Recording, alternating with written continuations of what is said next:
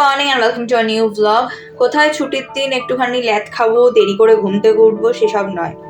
আজকে মিটিং মিছিলেই জীবন শেষ হয়ে যাবে। সকালবেলা একটা মিটিং, বিকেলে আরেকটা মিটিং। সকালবেলা যাকে মিট করব তাকে একটু বাদেই তোমাদের সামনে হাজির করছি। আর আজকে সকালবেলা শুধুমাত্র এনার জন্যেই আমি ডিম না খেয়ে শুধু চা খেয়েছি। সেটার কারণটা একটু বাদেই তোমরা টের পাবে। অনেক দিন ধরে আসছি, হ্যাঁ প্ল্যান হবে, এই হবে তাই হবে হচ্ছিল, কিন্তু ফাইনালি হয়ে উঠছিল না। আজকে ফাইনালি সেটা হয়েছে।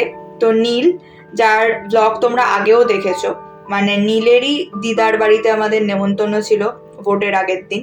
আর এইটা হচ্ছে আসল কারণ কেন আমি ডিমটা আজকে বাদ দিলাম সকালবেলা। ব্ল্যাক কফি আর তার সাথে চিজ চিকেন বলস। তো আমরা ভাগাভাগি করে খেয়েছি এবং প্রচুর প্রচুর আড্ডা মেরেছি। অনেক দিন বাদে দেখা হয়েছে, সেই সেপ্টেম্বরের পরে এই দেখা হলো। মানে বুঝতে পারছো, মানে দেখা হলো অ্যাজ ইন ও রাস্তাঘাটে বেরোনোর সময় ঢোকার সময় সে তো দেখা হয়, কিন্তু একটু যে বসে কথা বলবো সেটা আর হয়ে ওঠে না। আর এই হচ্ছে সেকেন্ড মিটিং, সন্ধ্যাবেলা এখন চলছে। আর কার বাড়ি এটা তোমরা কে কে চিনে বলতে পারবে, কারণ এই বাড়িটা তোমরা বহুবার দেখেছো।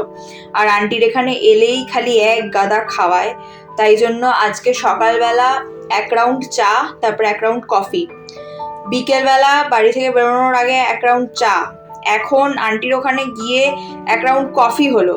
তাতেও আমাদের শান্তি হয়নি। আমার আর ঈশানীর মনে হয়েছে না, এটাও কম পড়ে যাচ্ছে। আমরা আরেক রাউন্ড চা খাওয়ার জন্য অরবিন্দ পার্কে চলে এসেছি। আমাদের অবস্থা দেখেছো, মানে চা খাওয়া বা কফি খাওয়াটা যদি ক্রাইম হতো তাহলে বোধহয় আমরা সবার আগে ধরা পড়তাম পুলিশের হাতে। এরকম একটা ব্যাপার আমার মাঝে মাঝে মনে হয়। যাই হোক, আমরা একটুখানি চা খেলাম। আর টা তো আন্টি এত খাইয়েছে যে আর টা খাওয়ার কোনো জায়গা আমাদের নিজেদেরই নেই, এবং তার সাথে ডিনার করব খুব সামান্য।